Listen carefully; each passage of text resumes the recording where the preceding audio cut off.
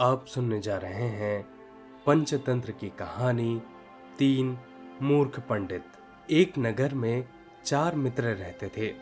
उनमें से तीन बड़े वैज्ञानिक थे, किंतु बुद्धि रहित थे।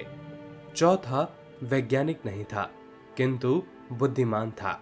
चारों ने सोचा कि विद्या का लाभ तभी हो सकता है यदि वे विदेश में जाकर धन संग्रह करें। इसी विचार से वह एक विदेश यात्रा पर चल पड़े। कुछ दूर जाकर उनमें से सबसे बड़े ने कहा, हम चारों विद्वानों में से एक विद्या शून्य है। वह केवल बुद्धिमान है। धनोपार्जन के लिए और धनिकों की प्रसन्नता प्राप्त करने के लिए विद्या आवश्यक है। विद्या के चमत्कार से ही उन्हें प्रभावित कर सकते हैं। अतः हम अपने धन का कोई भी भाग इस विद्याहीन को नहीं देंगे। वह चाहे तो घर वापस चला जाए। दूसरे ने इस बात पर समर्थन किया, किंतु तीसरे ने कहा, यह बात उचित नहीं है। बचपन से ही हम एक दूसरे के सुख दुख के सहभागी रहे हैं। हम जो भी धन कमाएंगे उसमें इसका भी हिस्सा रहेगा। अपने पराये की गणना छोटे दिल वालों का काम है। उदार चरित्र व्यक्तियों के लिए सारा संसार ही अपना कुटुंब होता है।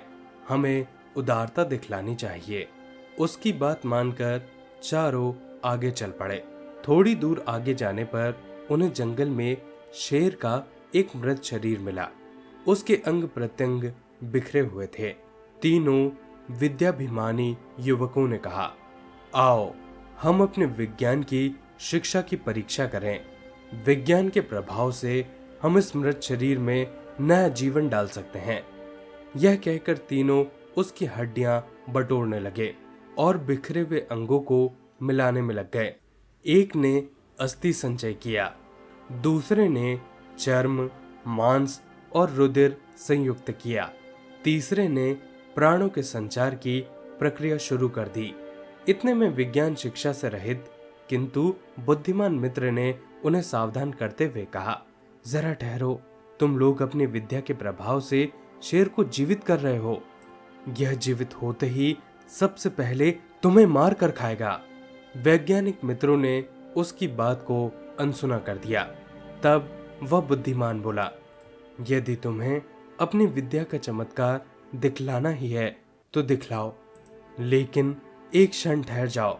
मैं वृक्ष पर चढ़ जाऊं, फिर तुम्हें जो करना है वह करना। यह कहकर वह वृक्ष पर चढ़ गया। इतने में तीनों वैज्ञानिकों ने शेर को जीवित कर दिया।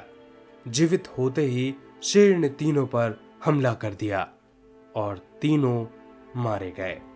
दोस्तों, ये थी पूरी कहानी।